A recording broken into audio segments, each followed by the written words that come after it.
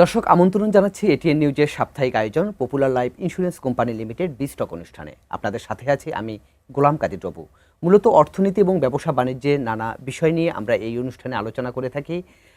দর্শক, আপনারা জানেন যে অনেক দিন ধরেই বাংলাদেশের ইস্পাত শিল্প কঠিন পরিস্থিতি মোকাবেলা করছে। সম্প্রতি তার মধ্যে যে মধ্যপ্রাচ্যের যে সংকট, সেটি সেই কঠিন পরিস্থিতিকে আরও জটিলতর করেছে। তো এই পরিস্থিতিতে বাংলাদেশের ইস্পাত শিল্প কিভাবে এই সংকট মোকাবেলা করছে এবং সেই সঙ্গে যে সমস্ত সমস্যা তারা ফেস করছে, সেক্ষেত্রে এগুলো সমাধানের জন্য সরকারের করণীয় কি হতে পারে, সেগুলো নিয়েই আমরা সাজিয়েছি আজকের এই বিস্টক অনুষ্ঠান। আমাদের সঙ্গে অতিথি হিসাবে আছেন বাংলাদেশ স্টিল ম্যানুফ্যাকচারার্স অ্যাসোসিয়েশনের ইন্টারন্যাশনাল অ্যাফেয়ার্স বিষয়ক পরিচালকের দায়িত্বে আছেন সৌমিত্র কুমার মুৎসুদ্দি, এবং একই সঙ্গে তার আরেকটা পরিচয়, সেটি হচ্ছে বাংলাদেশের যে শীর্ষস্থানীয় ইস্পাত উৎপাদনকারী প্রতিষ্ঠান বিএসআরএমের হেড অফ কর্পোরেট অ্যাফেয়ার্স হিসেবেও তিনি দায়িত্ব পালন করছেন। যে আপনাকে স্বাগত জানাচ্ছি এই আলোচনায়। আপনাকে ধন্যবাদ এবং এটিএন নিউজকে ধন্যবাদ জানাচ্ছি আমাকে এই অনুষ্ঠানে আমন্ত্রণ জানাবার জন্য। যে আমি আলোচনার শুরুতে যে বিষয়টি বলছিলাম যে অনেক দিন ধরে বাংলাদেশের ইস্পাত শিল্প আসলে একটা কঠিন পরিস্থিতি মোকাবেলা করছে। সেক্ষেত্রে নতুন করে যোগ হয়েছে এই মধ্যপ্রাচ্যের সংকট, এই যুদ্ধ পরিস্থিতি। তো আমরা তো জানি যে ইস্পাত উৎপাদন করতে গেলে তার সবচেয়ে বড় উপকরণ হচ্ছে যে বিশেষ করে বিদ্যুৎ লাগে, আবার বিদ্যুৎ তৈরি করতে গেলে আমার তেল লাগে। কিন্তু এখন তো তেল পরিবহন নিয়েই তো বাংলাদেশ খুব জটিল পরিস্থিতিতে আছে এবং তেলের যে সংকট চলছে। তো সেই পরিস্থিতিতে আসলে ইস্পাত শিল্প আসলে কীভাবে এই পরিস্থিতিটা মোকাবেলা করছে, কিংবা এই মধ্যপ্রাচ্যের সংকটের প্রভাবটা আসলে কেমন পড়ছে এই খাতে? আপনি ঠিকই বলেছেন। বিশেষ করে ইস্পাত শিল্পে জ্বালানিটা খুবই গুরুত্বপূর্ণ বিষয়। বিশেষ করে বিদ্যুৎ এবং গ্যাস আমাদের একটা মূল উপকরণ, যেটা আমাদের একটা প্রসেসের মধ্যে সাংঘাতিক রকম একটা কন্ট্রিবিউশন করে থাকে। তো বিশেষ করে এটা স্বাভাবিক যে মধ্যপ্রাচ্যের যে যুদ্ধটা শুরু হলো, তাতে করে আপনারা সবাই জানেন যে বিশেষ করে তেলের ক্ষেত্রে একটা সমস্যা তৈরি হয়েছে। জি, তেলের দাম বেড়ে গেছে এবং এর প্রাপ্যতাটাও খুব কঠিন হয়ে গেছে, সরবরাহ ব্যবস্থাটাও বিঘ্ন হচ্ছে, সাপ্লাই চেনটা এফেক্টেড হচ্ছে। সুতরাং এসব কারণেই তো এটা সরাসরি আমাদের ইস্পাত শিল্পের জন্য একটা সমস্যা তৈরি করেছে। কারণ জ্বালানিটা আমাদের ইস্পাত শিল্পের জন্য একটি গুরুত্বপূর্ণ উপাদান। আমাদের এমনিতেই আগে থেকেই আমরা নিরবিচ্ছিন্ন বিদ্যুৎ এবং গ্যাস পাচ্ছিলাম না। তো তার উপর নতুন করে মধ্যপ্রাচ্য সমস্যাটাকে আরও গভীরতর করেছে। জি, তেল গ্যাস বা বিদ্যুৎ সমস্যার পাশাপাশি আরেকটি বিষয় যে রড তৈরির যে কাঁচামাল বা ইস্পাত তৈরির যে কাঁচামাল, সেটি তো বেশিরভাগই আপনাদেরকে ইম্পোর্ট করে আনতে হয়। তো সেক্ষেত্রে মধ্যপ্রাচ্য সংকট তো সেখানেও একটা প্রভাব ফেলছে, কারণ যদি পরিবহন খরচ আপনার বেড়ে যায় তাহলে নিশ্চয়ই আপনাদের প্রোডাকশন খরচও তো বাড়বে। তো সেটারও তো একটা ইম্প্যাক্ট আছে। নিশ্চয়ই, আপনি ঠিকই বলেছেন। বিশেষ করে আমাদের বাংলাদেশের যে ইস্পাত শিল্প, এটা পুরোপুরি আমদানি নির্ভর। অর্থাৎ ইস্পাত শিল্পের যে কাঁচামাল, ওটা আমরা স্ক্র্যাপ বাইরে থেকে আমদানি করে থাকি। এবং এই সময়ে বিশেষ করে মধ্যপ্রাচ্যের এই যুদ্ধের কারণে আমাদের স্ক্র্যাপের দামটাও বেড়ে গেছে এবং একইভাবে পরিবহন ব্যবস্থাও সমস্যার সম্মুখীন হয়েছে। যেমনি করে র মেটেরিয়ালের দাম অর্থাৎ স্ক্র্যাপের দামটা বেড়েছে, তেমনিভাবে ফ্রেট বা পরিবহন খরচ বেড়েছে এবং এটা অনিশ্চিত সাপ্লাই চেনের কারণে আমাদের অনেক সংকটের সম্মুখীন হয়েছি আমরা। আর তার উপর যেহেতু আপনি জানেন যে এই ধরনের ব্যবসায় ইন্স্যুরেন্স একটা গুরুত্বপূর্ণ উপাদান। আর যখন এই সমস্ত মালামালগুলো আমদানি করা হয়, আমাদের যারা আমরা আমদানিকারক তাদেরকে আমাদের ইন্স্যুরেন্স করতে হয়।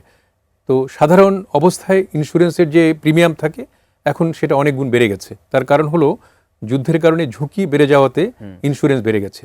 তো আলটিমেট এফেক্টটা হচ্ছে খরচ বেড়ে যাওয়া, এবং এই খরচটা কিন্তু ভোক্তাদের উপর চলে আসে। একই সঙ্গে আরেকটা কথা বলি, যে আপনি যেটা বলছিলেন যে ভোক্তাদের উপর খরচটা চলে যাবে, অলরেডি কিন্তু আমরা দেখছি যে রডের দাম কিন্তু বেড়ে গেছে, এটা একটা বিষয়। আরেকটা হচ্ছে যে দীর্ঘদিন ধরে সরকারের যে উন্নয়ন পরিকল্পনা, অর্থাৎ এডিপি তো বন্ধ ছিল, কিন্তু নতুন সরকার আসার পরে তো সে কাজের গতিও নিঃসন্দেহে এখন বাড়বে। তো একদিকে চাহিদা বাড়বে, অন্যদিকে আপনাদের যে প্রোডাকশন খরচ বাড়বে, কিংবা প্রোডাকশনের যে ডিস্টার্ব তৈরি হচ্ছে। তো সেক্ষেত্রে আসলে ভবিষ্যতে এইটা ভোক্তাদের উপর তো আরও বেশি ইম্প্যাক্ট পড়বে। এটা মূলত দামের ক্ষেত্রে বলছি না, সে তো বটেই। কারণ এখন আরেকটা ইস্যু হচ্ছে আমাদের যদি চাহিদাটা ঠিকমতো না থাকে বা না বাড়ে, তাতে কিন্তু প্রোডাকশনের খরচটাও বেড়ে যায়, অর্থাৎ আপনার পার ইউনিট কস্ট খরচটা বেড়ে যায়। তো সুতরাং বিশেষ করে আমরা জানি যে সরকার 5ই আগস্টের সরকার পরিবর্তনের পর বা তার আগে থেকেও কিছুটা আমাদের মেগা প্রজেক্টগুলো একটু কমে এসেছিল, আর বিশেষ করে সরকার পরিবর্তনের পর অনেকটা এটা মানে একেবারেই স্থির হয়ে গিয়েছিল, নতুন কোনো প্রজেক্ট তেমন হয়নি মেগা প্রজেক্ট।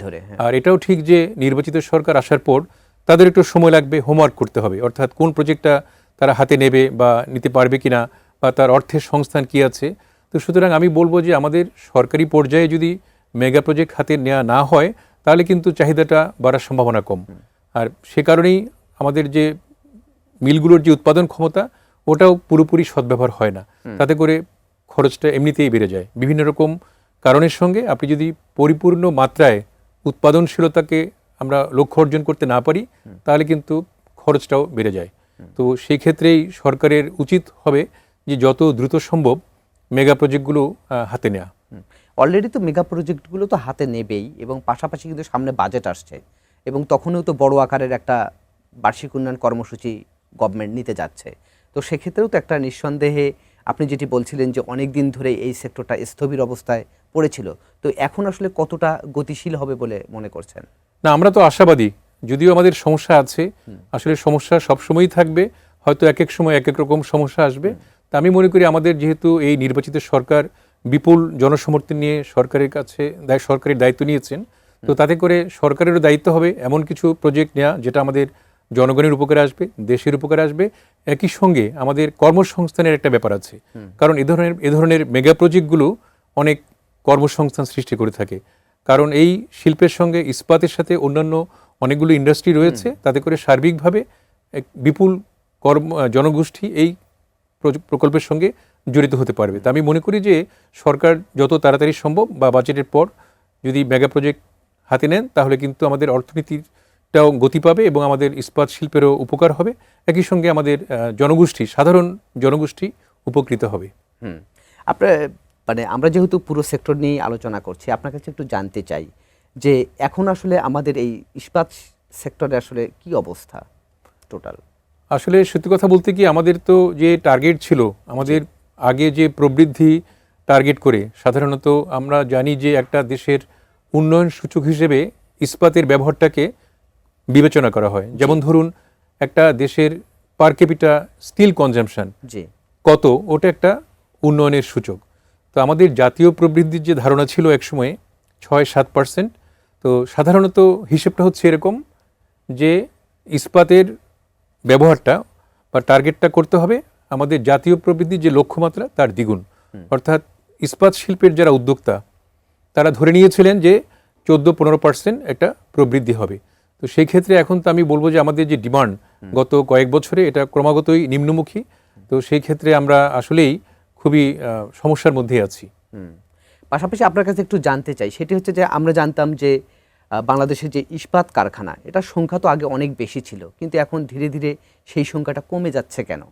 আসলে এই সেক্টরের সমস্যাগুলো আসলে কি, যেটার কারণ আপনি যেটা বলছিলেন যে মাথাপিছু যে ইস্পাত ব্যবহারের যে পরিমাণ, সেটাও বাংলাদেশের কাঙ্ক্ষিত নয়, এবং সেটাও কেন বাড়ছে না?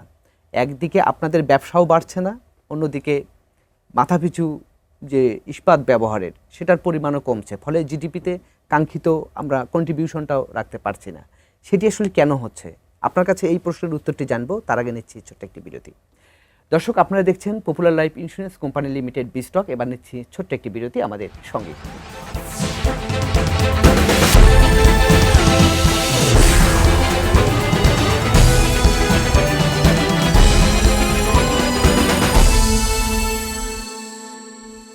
দর্শক, বিরতির পর আমরা আবারও ফিরে এলাম popular life insurance company limited বিস্টক অনুষ্ঠানে। আজ আমরা আলোচনা করছি বাংলাদেশের ইস্পাত শিল্পের বিভিন্ন সমস্যা এবং তার সমাধান নিয়ে। আমাদের সঙ্গে অতিথি হিসাবে আছেন বিএসআরএম এর হেড অফ কর্পোরেট অ্যাফেয়ার্স, এবং সেই সঙ্গে তার আরেকটি পরিচয়, সেটি হচ্ছে বাংলাদেশ স্টিল ম্যানুফ্যাকচারার্স অ্যাসোসিয়েশনের তিনি পরিচালক হিসাবে আছেন ইন্টারন্যাশনাল অ্যাফেয়ার্স বিভাগের। যে আপনাকে আরেকবার স্বাগত জানাচ্ছি বিরতির পর। যে বিরতির আগে আমি আপনার কাছে একটি প্রশ্ন করেছিলাম যে একটা সময় তো বাংলাদেশে ইস্পাত কারখানা ছিল প্রায় 200-রও বেশি কিংবা 200-র কাছাকাছি। সময়ের পরিবর্তনে যেহেতু দেশ এগিয়ে যাচ্ছে, দেশের অবকাঠামো উন্নয়ন বাড়ছে, সেই অনুযায়ী তো ইস্পাত কারখানাগুলোর আরও বরং বিকাশ হওয়ার কথা, কিন্তু সেখানে উল্টো আমরা এটা দেখছি কেন যে সেগুলো বন্ধ হতে হতে প্রায় এখন ছোট বড় মিলে প্রায় 100-র কাছাকাছি কারখানা এসে পৌঁছেছে। তো আসলে সেটি কেন হচ্ছে, এটি একটি। আরেকটি হচ্ছে যে মাথাপিছু ইস্পাত ব্যবহারের পরিমাণটা বাংলাদেশে বাড়ছে না কেন? এটা স্বাভাবিক কারণেই যে সরকারের যে পরিকল্পনা, কারণ ইস্পাত শিল্পের ব্যবহারটা বাড়াতে হলে সরকারকেই মুখ্য ভূমিকা নিতে হবে। জি। তো আমরা যেটা বলছিলাম একটু আগে যে আমাদের পার ক্যাপিটা যে স্টিল কনজাম্পশন, ওটা আমাদের মোটামুটিভাবে 45 কেজি, যেটা আমাদের প্রতিবেশী দেশ 80-90 কেজি, বা উন্নত দেশে এটা 200 থেকে 300 কেজি। তো এ ধরনের একটা লক্ষ্যমাত্রা চিন্তা করেই অনেক উদ্যোক্তা ক্যাপাসিটি বাড়িয়েছেন, অনেকে নতুন করে শিল্প স্থাপন করেছেন। তো যেটা হলো যে মূলত আপনি জানেন যে বেশ কত বছর আগে হঠাৎ করে ডলারের যখন অবমূল্যায়ন হলো, বিশেষ করে 80 টাকা থেকে 120-25 টাকা হয়ে গেল, তখন যেটা হলো আমাদের বিভিন্ন ব্যাংকের যে আপনার ক্যাপিটাল ওয়ার্কিং ক্যাপিটাল যেটা অ্যাপ্রুভ করা ছিল, তো সেই টাকাটা যদিও টাকার অঙ্কে একটা ছিল, কিন্তু এলসি করতে গিয়ে ওটা প্রায় 50% কমে গেল। তাতে করে অনেকগুলো ইন্ডাস্ট্রির ওয়ার্কিং ক্যাপিটালের সমস্যা হয়েছে। আর তাছাড়া আমাদের যেটা ইস্যু যে আমাদের বিদ্যুৎ গ্যাস নিরবিচ্ছিন্ন, এগুলো আমাদের পেতে সমস্যা হয়েছে। তো সব মিলিয়ে বিশেষ করে ক্যাপিটাল যে একটা হলো, ক্যাপিটালের যে ঘাটতি হলো ওয়ার্কিং ক্যাপিটাল, সেটাও একটা মূল কারণ ছিল। আর পরবর্তীতে ডিমান্ড যখন কমে গেল, তখন আলটিমেটলি যেহেতু প্রোডাক্টের ইউনিট কস্ট বেড়ে গেছে, অনেকেই ব্যাপারটা সার্ভাইভ করতে পারেনি। দাদা, আরেকটা বিষয় একটু আপনার কাছে জানতে চাই যে অনেক দিন ধরে তো এই সেক্টরটা গ্যাস বিদ্যুতের সমস্যার কথা আপনারা দীর্ঘদিন ধরে বলে আসছেন। আসলে আর কি কি সমস্যা আছে এই সেক্টরে, যে কারণে আসলে এই সেক্টরটা তার কাঙ্ক্ষিত ভূমিকা রাখতে পারছে না? এখানে আরও কিছু ইস্যু আছে, যেমন আমাদের যে কর ব্যবস্থা। যেমন আমাদের এই সমস্ত বিজনেসে একসময় ছিল 0.6% টার্ন ওভার ট্যাক্স, যেটা গত বছর 1% করা হয়েছে। এখন কথা হলো যে অনেকগুলো কোম্পানি হয়তো লাভ করছে না, কিন্তু তাকে টার্ন ওভার ট্যাক্স দিতে হচ্ছে, ন্যূনতম যে করটা আছে। এতে করে তার ওয়ার্কিং ক্যাপিটালে কিন্তু এটা চাপ পড়ছে। তো এটা একটা মূল বিষয়। আর একই সঙ্গে ট্যাক্স ডিডাকশন এট সোর্স, এটাও যথেষ্ট বেশি, 2%। আর তাছাড়া আমাদের যে কর ব্যবস্থা যেটা আছে, এতে করে আমার মনে হয় কিছুটা সাপোর্ট দরকার সরকারের। অগ্রিম করটাও তো মনে হয় বাধা। জি, অগ্রিম কর এআইটি। হ্যাঁ, এআইটিটা নেওয়া হচ্ছে, কিন্তু ওটা অনেক সময় অ্যাডজাস্টমেন্টের ক্ষেত্রে আমরা সময় মতো সুবিধে পাচ্ছি না। অর্থাৎ ওটা অনেক সময়ই অ্যাডজাস্ট করা হয় না। নিয়মে আছে অ্যাডজাস্ট করা হবে, কিন্তু কার্যক্ষেত্রে এটা অনেক সময় করা হচ্ছে না। এগুলো কিন্তু আমাদের ব্যবসায় কিন্তু সরাসরি ভূমিকা রাখছে, অর্থাৎ নেগেটিভ ভূমিকা রাখছে। আপনি এর আগে মানে প্রশ্নের উত্তরে একটা কথা বলছিলেন যে আপনাদের বেশিরভাগ কাঁচামাল অর্থাৎ স্ক্র্যাপটা ইম্পোর্ট করতে হয়। তো আমরা আগে দেখতাম যেটা হচ্ছে যে আপনাদের কাঁচামালের একটা বড় অংশের কিন্তু যোগান আসতো জাহাজ ভাঙ্গা শিল্প থেকে, শিপ ব্রেকিং থেকে। তো এখন আসলে সেটার উৎসটা তো অন্যদিকে যাওয়ার কারণ কি, মানে অর্থাৎ কমে যাওয়ার কারণ কি?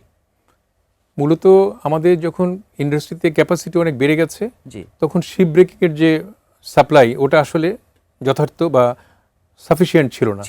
তো এই মুহূর্তে যারা ভালো কোম্পানি আছে, যারা মানে টপ নচ কোম্পানি যারা আছে, তারা কিন্তু শিপ ব্রেকিংয়ের ইস্পাত 5%-এর বেশি তারা ব্যবহার করতে পারে না। আমাদের 95%ই কিন্তু ইম্পোর্ট করতে হয়, কারণ এখানে একটা কোয়ালিটি ইস্যু আছে। আমরা হয়তো স্টিল স্ক্র্যাপ থেকে, যেটা শিপ ব্রেকিং থেকে, ওটাও পাই না, আর পরিমাণ মতো ওটা পাওয়া যায় না। যার জন্য আমাদেরকে আমদানির উপর নির্ভর করতে হয়। এই যে আপনি বিভিন্ন সমস্যার কথাগুলো বলছেন, যে আমদানির ক্ষেত্রে ভ্যাট ট্যাক্সের যে জটিলতা আছে এবং স্ক্র্যাপের যে সংকট আছে, সেটার কথাও আপনি বলছিলেন। তাহলে সেক্ষেত্রে সরকারের আসলে করণীয়টা কি হবে, এটা একটু আপনার কাছে জানতে চাই। আমি মনে করি এই মুহূর্তে সরকারের যেটা বিবেচনা করা উচিত, আমাদের ইস্পাত শিল্পের কারণে এবং একই সঙ্গে এটা আমাদের দেশের অর্থনীতির জন্যই, অর্থাৎ যারা বিনিয়োগ করেছেন, আমাদের ইস্পাত শিল্পে প্রায় 50,000 কোটি টাকা বিনিয়োগ আছে এবং বিপুল পরিমাণ কর্মসংস্থান করেছে, এবং এর সঙ্গে ব্যাকওয়ার্ড লিঙ্কেজ, ফরওয়ার্ড লিঙ্কেজ অনেকগুলো ইন্ডাস্ট্রি আছে। তা আমি বলবো বিশেষ করে আমাদের টার্ন ওভার ট্যাক্সটা যে কোনোভাবেই হোক, এটা আমাদের মনে হয় যে 1%-এর পরিবর্তে এটা 0.5% করতে হবে। আর একই সঙ্গে টিডিএস যেটা আছে, ট্যাক্স ডিডাকশন এট সোর্স, এটা 2% থেকে কমিয়ে 1% করতে হবে। আর একইভাবে আমাদের যেটা মনে হয় যে অন্যান্য যে ইনসেন্টিভগুলো আছে, অর্থাৎ অনেক সময় যে কোনো রকম আমাদের ওয়ার্কিং ক্যাপিটালের সমস্যা হচ্ছে, এটাও আংশিকভাবে সরকার অ্যাড্রেস করেছেন, কারণ আমাদের একটু লম্বা সময়ের জন্য ওয়ার্কিং ক্যাপিটাল যেটা অনেকের জন্য ডিউ হয়েছিল, সেটা সরকার সময় দিয়েছেন। তো এই ধরনের ইনসেন্টিভ কিন্তু সরকার থেকে থাকতে হবে। তাতে করে হয়তো আমাদের এই শিল্পটা সার্ভাইভ করতে পারবে। আপনার কাছে আরেকটা বিষয় একটু জানতে চাই, এটা আমার জাস্ট কৌতূহল থেকে, যে আমরা পার্শ্ববর্তী দেশ যদি দেখি, ভারত তার এই ইস্পাত শিল্পের কাঁচামালটা দেশ থেকেই সংগ্রহ করছে, তাদের সেই ইয়েটা আছে। তো বাংলাদেশে কি এটার বিকল্প নেই? আমরা মানে কাঁচামাল আমদানির নির্ভরতাটা আমরা আসলে কিভাবে কমাতে পারি? সেক্ষেত্রে বাংলাদেশের তো লৌহ খনিও আছে, সেই লৌহ উত্তোলন করে কিংবা কয়লা ব্যবহার করে বা এরকম বিভিন্ন সোর্স থেকে আমরা এটা করতে পারি কিনা, এই প্রশ্নের উত্তরটি আপনার কাছে আমরা জানবো। তার আগে নিচ্ছি আরেকটি বিরতি।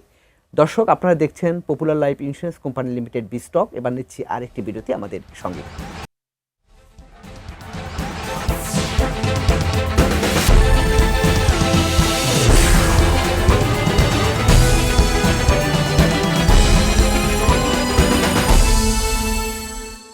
দর্শক, বিরতির পর আমরা আবারও ফিরে এলাম popular life insurance company limited বিস্টক অনুষ্ঠানে। আজ আমরা আলোচনা করছি বাংলাদেশের ইস্পাত শিল্প নিয়ে।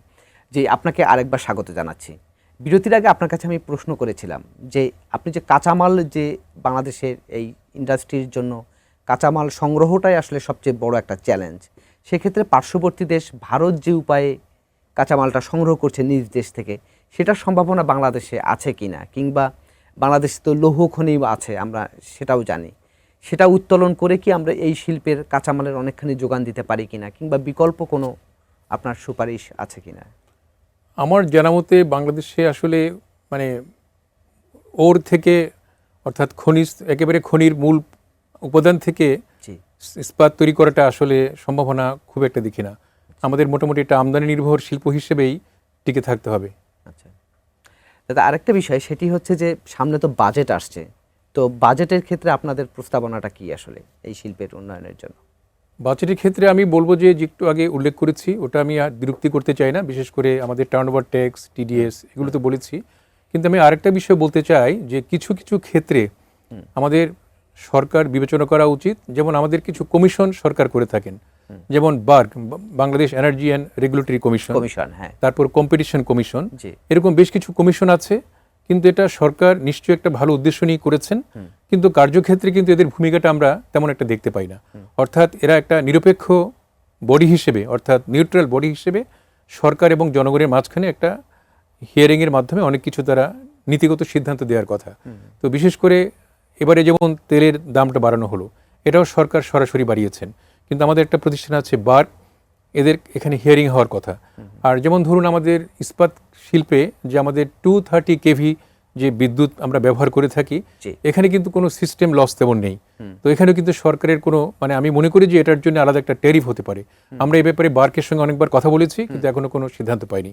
অর্থাৎ যারা আমাদের এই 230 কেভির জন্যে সরকারের কোনো সার্ভিস তেমন দিতে হয় না, অথচ এখান থেকে আমরা বিপুল পরিমাণ বিদ্যুৎ বিল তারা পেয়ে থাকেন, এবং সিঙ্গেল পয়েন্টে এক একটা কোম্পানি থেকে 100-150 কোটি টাকা বিদ্যুৎ বিল পেয়ে থাকেন। আরেকটা বিষয় হচ্ছে, আমাদের একটা বিষয় ছিল যে মেরিন ইন্স্যুরেন্স। আপনি জানেন যে আমাদের কাঁচামাল বাইরে থেকে ইম্পোর্ট করতে হয় জাহাজের মধ্য দিয়ে। তো সেখানে আমাদের যে কমিশন আছে, ইডরা, ইন্স্যুরেন্স ডেভেলপমেন্ট রেগুলেটরি অথরিটি, আমরা অনেকবারই বলেছি যে সাধারণত আপনার হাই সিলিং করা যেতে পারে, প্রিমিয়াম হাই সিলিংটা করতে পারে, কিন্তু মিনিমাম সিলিংটা করা যায় না। এটা কখনো কোথাও আন্তর্জাতিকভাবে স্বীকৃত না, কিন্তু আমাদের এখানে যেটা আছে যে মেরিন ইন্স্যুরেন্সে একটা মিনিমাম সিলিং করে দেওয়া হয়েছে। আমার কথা হলো এটা একটা প্রতিযোগিতার ব্যাপার, এখানে যার যেটা সুবিধা আছে সেভাবে সে প্রিমিয়াম নেবে।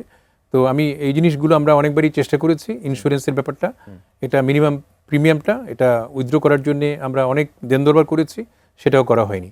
আরেকটা বিষয় হলো যে আমাদের যে কোনোভাবেই হোক আমাদের করের যে হার যেটা আছে, এটা আমি মনে করি যে একটা যৌক্তিক পর্যায়ে এনে করের ভিত্তিটাকে বাড়াতে পারলে আমাদের সরকারের রাজস্ব আহরণটা অনেক বৃদ্ধি পাবে। আমি মনে করি সরকার যদি যৌক্তিক কর আরোপ করেন, তাহলে কিন্তু ধীরে ধীরে কিন্তু করের এটা মানে কালেকশনটা অনেক বাড়বে।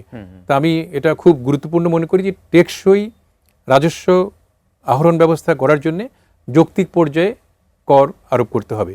কারণ কর যদি যৌক্তিক হয়, জনগণ উৎসাহিত হবে। আর একই সঙ্গে সরকারের উচিত হবে আমাদের যে এক্সপেন্ডিচার আছে, সরকারি যে এক্সপেন্ডিচার, এগুলো কোয়ালিটি এক্সপেন্ডিচার করতে হবে, তাহলে কিন্তু জনগণ কর দিতে স্বতঃস্ফূর্তভাবে আগ্রহী হবে। আর এমনিতে আরেকটা সাধারণ বিষয়, আমাদের যে ইম্পোর্ট সাবস্টিটিউট, আমাদের ইম্পোর্ট সাবস্টিটিউট ইন্ডাস্ট্রির জন্য আমাদের কিছু ইনসেন্টিভ দিতে হবে দীর্ঘমেয়াদে। আর বিশেষ করে কোনো একটা পলিসি যদি সরকার করে থাকেন, এটা বেশ কয়েক বছরের জন্য অক্ষুণ্ণ রাখতে হবে। অর্থাৎ একটা পলিসি খুব তাড়াতাড়ি পরিবর্তন করা যাবে মানে না। ঘন ঘন নীতির পরিবর্তন, ঘন ঘন নীতির পরিবর্তন করা যাবে না। আমি মনে করি যে কোনো পলিসি এটা 3-4 বছরের জন্য সাস্টেন করা উচিত।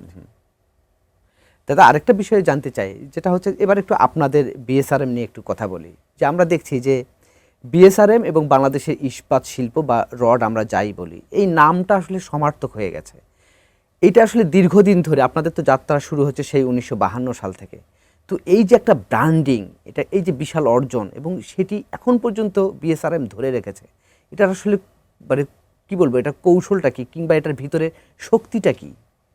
এটা আমার যেটা মনে হয়, আমাদের যারা উদ্যোক্তা আছেন জি, তারা কিন্তু খুবই ফোকাসড।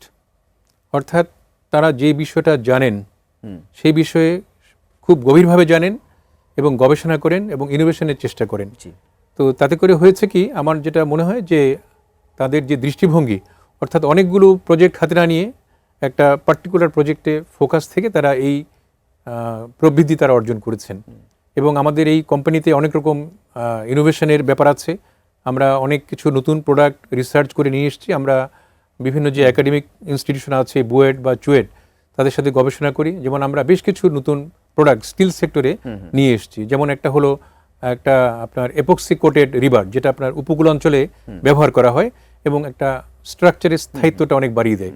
তেমনিভাবে আমাদের কিছু বাইন্ডিং, অর্থাৎ রড আমরা কেটে সাইজ করে ডেলিভারি করে থাকি। তাতে করে আমাদের নির্মাণ কাজের গতি বৃদ্ধি পায়, সময় নষ্ট হয় না, আর অনেক সময় সাইটে যে পিলফারেজ হয় সেগুলো বন্ধ হয়ে যায়। আরেকটা বিষয় আমি বিএসআরএম এর ক্ষেত্রে কাকতালীয়ভাবে লক্ষ্য করি, সেটি হচ্ছে বাংলাদেশের যারা বড় বড় শিল্প গ্রুপ আছে, তারা কিন্তু দেখা যাচ্ছে যে একটা ব্যবসা থেকে তারা শুরু করে যখন তারা অনেক উন্নতি করে, তখন তারা আবার ভিন্ন ভিন্ন ব্যবসায় যায়।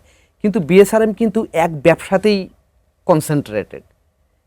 এই পলিসিটা কেন? না, এটা আসলে একেবারে, আপনি যদি স্টিল প্রোডাক্ট বলেন, এর সঙ্গে আমরা কিন্তু কিছু ভ্যালু অ্যাডেড প্রোডাক্ট তৈরি করছি এবং ভবিষ্যতে আমাদের প্ল্যান আছে স্টিলকে কেন্দ্র করে এটা ভার্টিক্যাল ইন্টিগ্রেশন বা হরিজন্টাল এক্সপানশন, নানা রকম প্রোডাক্ট নিয়ে আমরা কিন্তু কাজ করে যাচ্ছি।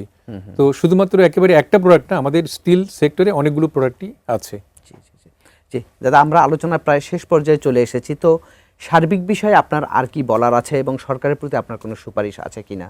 একটা বিষয় আমি খুব গুরুত্বপূর্ণ মনে করি, আমাদের সরকারি যে নীতি নির্ধারণী মহল আছেন, তাদের কিন্তু উচিত হবে যারা স্টেক হোল্ডার আছে তাদের সাথে নিয়মিত বসা, তাদের সমস্যাগুলো শোনা এবং তারা কি প্রস্তাব দিচ্ছেন সমাধানের জন্য, এইসব ব্যাপারে গভীরভাবে মনোযোগ দেওয়া। আর বিশেষ করে আমলাতন্ত্রে বা নীতি নির্ধারণী মহলে বিনিয়োগ সংক্রান্ত যে কোনো সিদ্ধান্ত বা কোনো প্রস্তাবনা যাতে তাড়াতাড়ি এগুলো ডিসপোজ করেন, অর্থাৎ সিদ্ধান্তটা তাড়াতাড়ি দিয়ে দেন। সেটা হতে পারে পজিটিভ, হতে পারে নেগেটিভ, নাও হতে পারে, কিন্তু সেখানে সময় নষ্ট করার সুযোগ নেই। আমি মনে করি আমাদের যে সরকারি সিস্টেমে সিদ্ধান্ত গ্রহণটা খুব তড়িৎ গতিতে দিতে হবে। এটা একটা খুবই গুরুত্বপূর্ণ, কারণ এখন সময়টা খুবই মূল্যবান, এখানে সময় নষ্ট করার কোনো স্কোপ নেই। আমরা আলোচনার একেবারে শেষ পর্যায়ে চলে এসেছি। আপনাকে অসংখ্য ধন্যবাদ আমাদেরকে সময় দেওয়ার জন্য। আপনাদেরও ধন্যবাদ আমাকে এখানে আমন্ত্রণ জানাবার জন্য। জি দর্শক, এই ছিল আজকের popular life insurance company limited বিস্টক। আগামীতে আবারও দেখা হবে অন্য কোনো বিষয় নিয়ে। সে পর্যন্ত ভালো থাকুন, সুস্থ থাকুন, এটিএন নিউজের সঙ্গে।